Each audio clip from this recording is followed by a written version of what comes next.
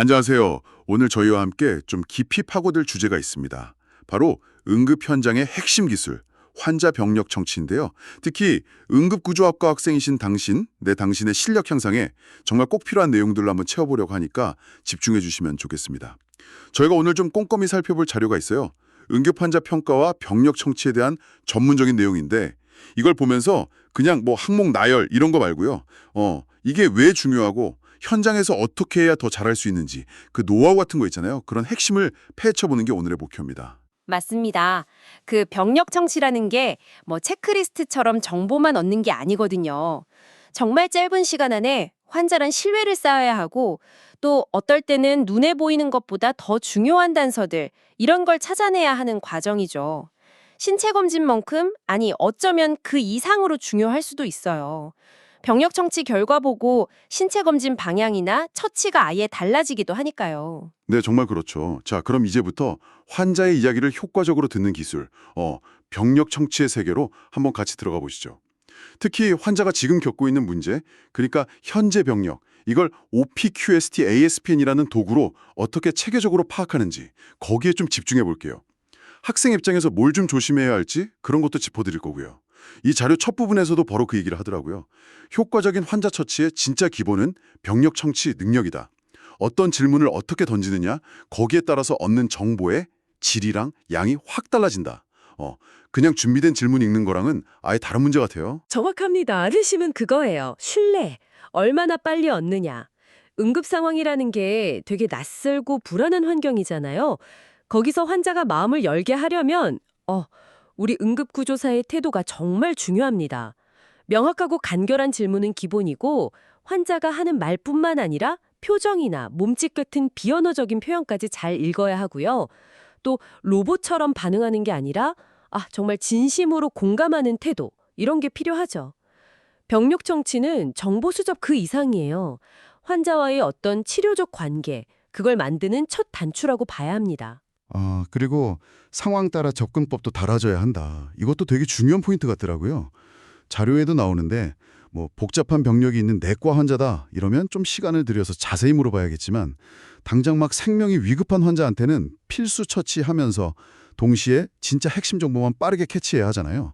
또 외상 환자는 손상 기전 봐야 하고 현장에서 이걸 빠르고 정확하게 판단하는 거 쉽지 않을 것 같아요. 맞아요. 그래서 중요한 게 그 현장 감별 진단 개념입니다.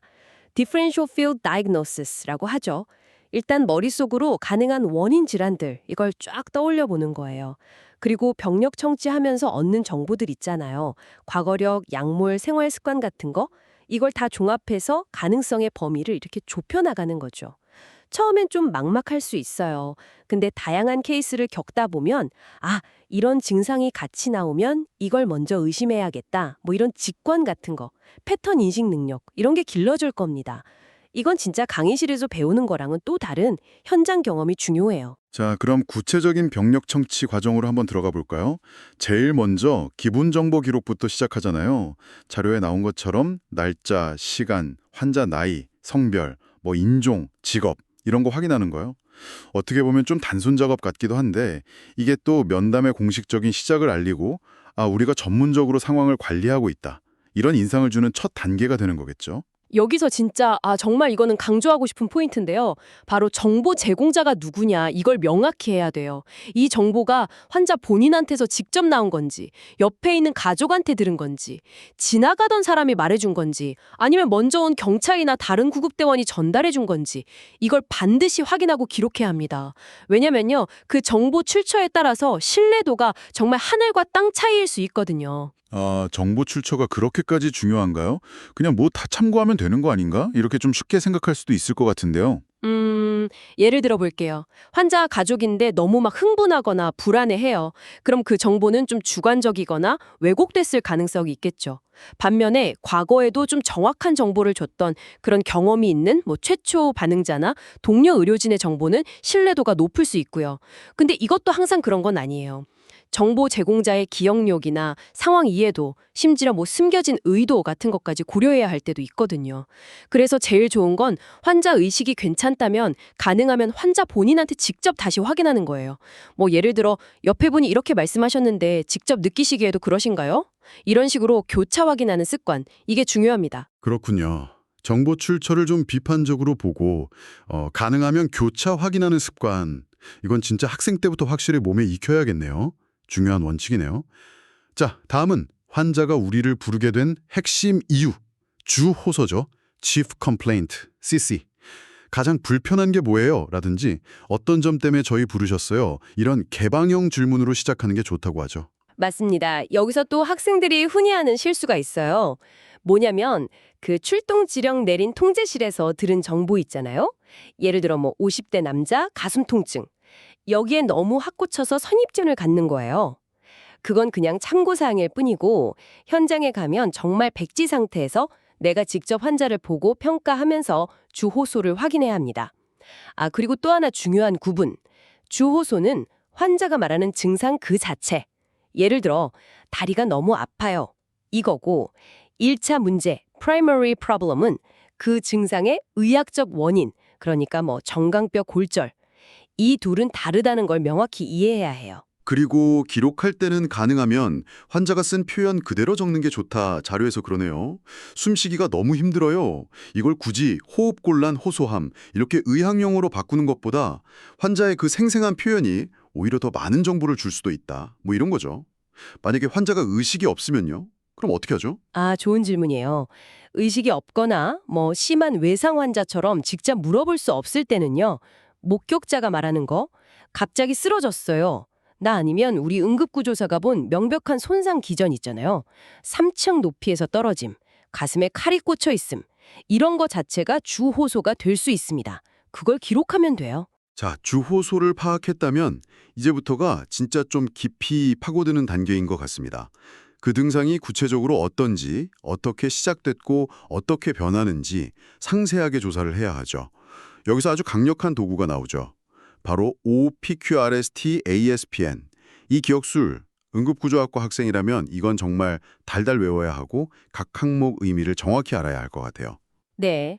OPQRST ASPN, 이게 현재 환자가 겪는 문제, 즉 현재 병력, History of Present Illness를 아주 체계적으로 탐색하는 틀입니다. 근데 이게 단순히 순서대로 그냥 묻는 게 아니에요. 각 질문이 어떤 의미가 있고 진단에 어떻게 도움이 되는지 이걸 이해하는 게 중요합니다. 하나씩 좀 볼까요? 첫 번째, O. onset 발병 상황.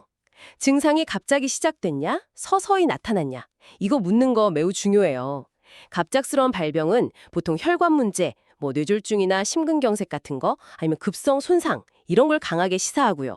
서서히 시작된 증상은 뭐 감염이나 만성질환 악화 이런 걸 생각하게 하죠. 그리고 뭘 하고 있을 때 증상이 시작됐는지 이것도 꼭 확인해야 합니다. 쉬고 있었는지, 운동 중이었는지, 자다가 깼는지 이 활동 상태가 진단의 결정적인 단서가 될 때가 많아요. 아, 외상의 경우에도 그냥 넘어졌다 이걸로 끝나면 안 되겠네요. 자료 보니까 혹시 뭐 발작이나 어지럼증 같은 내과 문제 때문에 넘어진 건 아닌지 이것도 확인해야 하고 또 그 경질막 및 출혈처럼 다치고 나서 한참 있다가 증상이 나타나는 경우도 있으니 언제 다쳤는지랑 언제부터 증상이 생겼는지 이걸 명확히 구분해야겠어요. 정확합니다. 아주 중요한 포인트예요. 다음은 P, provocation, palliation. 유발, 완화 요인. 뭐가 증상을 더 심하게 만드는지, 유발. 또 뭐가 덜하게 만드는지, 완화. 이걸 묻는 겁니다. 특정 자세, 예를 들어 복통 환자가 무릎 구부리고 웅크리는 자세 있잖아요. 또 심부전 환자가 숨쉬기 편하려고 앉아있는 자세. 이런 거나 움직임, 심호흡 같은 게 통증에 영향을 주는지 확인해야 돼요. 예를 들면 숨을 깊게 쉴 때 가심 통증이 심해진다. 이러면 늑막이나 늑골 문제일 가능성이 높고 호흡이랑 상관없이 아프다. 그럼 심장 문제일 가능성을 좀 더 생각해야 하는 거죠. 아, 맞다. 저희 도착 전에 환자가 스스로 뭐 약 같은 거, 예를 들어 니트로글리세린이나 천식 흡입기 같은 거 썼다면 그 효과가 있었는지 확인하는 것도 중요하겠네요. 만약 효과가 없었다면 이게 평소랑 다른 심각한 상황이거나 아예 다른 원인일 수도 있는 거니까요. 맞습니다. 아주 중요해요. 세 번째는 Q, quality, 통증의 질. 통증이나 불편감이 어떤 느낌인지 환자 본인 표현 그대로 듣고 기록하는 게 중요해요. 뭐 쥐어짜는 듯하다, 칼로 찌르는 것 같다, 타는 듯하다, 묵직하게 누르는 것 같다 이런 표현들 있잖아요. 환자의 표현 자체가 진단에 중요한 힌트가 됩니다. 가령 쥐어짜는 듯한 흉통이다 이러면 심근경색을 강하게 의심하고 찢어지는 듯한 흉통이면 대동맥 박리 같은 걸 의심하게 만들죠. 네 번째는 R, Region Radiation. 증상이 있는 정확한 위치랑 그 통증이 다른 곳으로 퍼져나가는지, 즉 방사통이 있는지 확인해야 합니다. 환자한테 직접 아픈 부위를 짚어보게 하는 게 제일 좋겠죠? 손가락 하나로 딱 짚는지 아니면 손바닥 전체로 넓게 가리키는지 이런 걸 관찰하는 것도 도움이 되고요. 네, 방사통. 이거 정말 중요한 단서예요. 전형적으로 심근경색 통증은 왼쪽 팔 안쪽이나 목, 턱 쪽으로 이렇게 퍼져나가잖아요. 그리고 연관통이라는 개념도 기억해야 해요. 문제가 있는 장기랑 떨어진 다른 부위에서 통증이 느껴지는 건데 예를 들어서 배 안의 문제로 횡격막이 자극되면 어깨 쪽이 아플 수 있어요. 이걸 모르면 엉뚱한 곳만 보게 될 수도 있죠. 다섯 번째, S, Severity, 통증의 강도. 얼마나 심한지 평가하는 거. 가장 흔하게 쓰는 건 0점에서 10점까지 점수 매겨보는 건데 근데 이게 또 주관적일 수 있으니까 객관적인 모습도 같이 봐야겠어요. 환자가 말로는 뭐 조금 아파요 하는데 식은땀 막 흘리고 있거나 안절부절 못하면서 아픈데 만지지도 못하게 하면 실제 통증 강도는 훨씬 심각하다고 봐야겠죠. 정확한 지적입니다. 환자의 그 주관적인 호소랑 표정, 자세, 활동 수준, 또 생체 징후 변화 같은 객관적인 관찰 소견, 이걸 다 종합해서 판단해야 합니다. 그리고 통증 강도가 시간에 따라 어떻게 변하는지, 뭐 점점 심해진다든지 좋아졌다 나빠졌다 한다든지 이것도 파악하는 게 중요하고요. 여섯 번째는 T, 타임이네요. 증상이 언제 시작되는지 정확히 확인하고 그 뒤로 계속 지속되는지 아니면 나타났다 사라졌다 하는지 간헐적인지 그리고 총 얼마나 오래됐는지 파악해야 하고요. 과거에도 비슷한 증상이 있었는지 있었다면 언제였고 이번이랑은 어떻게 다른지 이런 거 비교하는 것도 중요하고 특히 뭐 뇌졸중이나 심근경색처럼 치료 시작 시간이 예후에 엄청 중요한 질환들 있잖아요. 이런 데선 이 시간 정보가 정말 무엇보다 중요하겠네요. 자, 이제 OPQRST 다음 ASPN입니다. AS, Associated Symptoms, 관련 증상. 주호소 말고 함께 나타나는 다른 증상은 없는지 확인하는 거예요. 특정 질환은 특징적인 증상들을 이렇게 세트로 동반하는 경우가 많거든요. 그래서 관련 증상이 있냐 없냐가 감별 진단에 큰 도움이 됩니다. 예를 들어서 가슴 통증 환자한테 숨가쁨, 메스꺼움, 식은땀, 어지럼증 이런 게 같이 나타난다. 그럼 심장 문제일 가능성이 훨씬 높아지는 거죠. 마지막으로 PN, Pertinent Negatives, 적절한 음성적 소견. 이건 좀 헷갈릴 수 있을 것 같은데 관련 있을 법한 증상들 중에서 나타나지 않는 것을 확인하는 거. 이런 증상은 없으세요라고 물어서 없다는 대답을 듣는 거. 이게 왜 중요한 건가요? 이게 바로 그 경험 많은 응급구조사들이 예리하게 활용하는 부분이에요. 어떤 증상이 없다는 정보가 특정 질환을 배제하는 데 결정적인 역할을 할 수 있거든요. 예를 들어 배가 엄청 아프다고 하는데 열이나 구토, 설사가 전혀 없다. 그러면 뭐 감염성 장염보다는 다른 더 신박한 원인, 뭐 대동맥류 파열이나 장허열 같은 걸 먼저 생각해야 하는 거죠. 가슴 통증 환자가 숨가쁨이나 식은땀 같은 관련 증상이 전혀 없다고 말한다면 심각한 심정 문제 가능성이 조금은 낮아진다고 볼 수 있고요. 물론 뭐 100%는 아니지만요. 즉 없다는 사실도 굉장히 중요한 진단 정보라는 겁니다. 와, 이 OPQRST, ASPN 이게 그냥 질문 목록이 아니라 진짜 하나하나가 다 의미가 있고 서로 연결되면서 환자 상태에 대한 퍼즐을 맞춰나가는 과정이군요.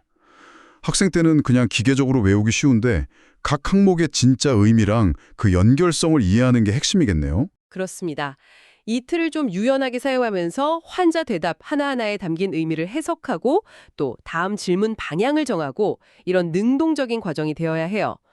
처음에는 좀 어색하고 시간도 걸릴 수 있는데 꾸준히 연습하고 실제 현장에서 계속 적용해보면서 자신만의 노하우를 만들어가야 합니다. 오늘 저희는 응급구조학과 학생인 당신에게 정말 필수적인 환자 병력 청취, 특히 OPQRST, ASPN을 활용한 현재 병력 조사 방법에 대해 좀 깊이 있게 파고들어 봤습니다. 신뢰 구축의 중요성부터 정보 출처의 비판적 평가, 주호소랑 1차 문제 구분, 그리고 체계적인 증상 탐색의 필요성까지. 기억해야 할 핵심들이 참 많았네요. 이 모든 과정이 그냥 기록 남기려고 하는 게 아니라 환자 상태를 정확히 파악하고 최적의 응급처치를 결정하기 위한 필수적인 분석 과정이라는 거. 혼란스러운 현장에서도 이 체계적인 접근법을 놓치지 않는 훈련. 이게 결국 당신을 더 침착하고 유능한 응급구조사로 성장시켜 줄 겁니다. 네, 오늘 함께 나눈 이야기들이 당신의 학습 그리고 앞으로의 현장 활동에 정말 실질적인 자양분이 되기를 바랍니다. 마지막으로 오늘 내용을 바탕으로 한 가지 좀 생각해 볼 질문을 던져드리고 싶습니다. 교과서에서 배운 OPQRST, ASPN 같은 이런 원칙들을 실제 현장에 그 예측 불가능한 상황들 있잖아요. 예를 들어 말이 좀 어눌하신 노인 환자분이나 극도로 흥분한 보호자, 아니면 여러 증상을 막 동시에 호소하는 환자. 이런 상황 속에서 어떻게 당신만의 방식으로 이걸 유연하게 적용하고 발전시킬 수 있을까요? 단순히 정보를 캐묻는 기술자를 넘어서 환자의 그 숨겨진 고통이나 불안까지 읽어내는 그런 진정한 소통 전문가가 되려면 무엇을 더 고민하고 연마해야 할지 한번 진지하게 생각해보는 시간을 가져보시길 바랍니다. 오늘 저희와 함께 응급환자 병력 청취의 깊은 세계를 탐구해 주셔서 감사합니다.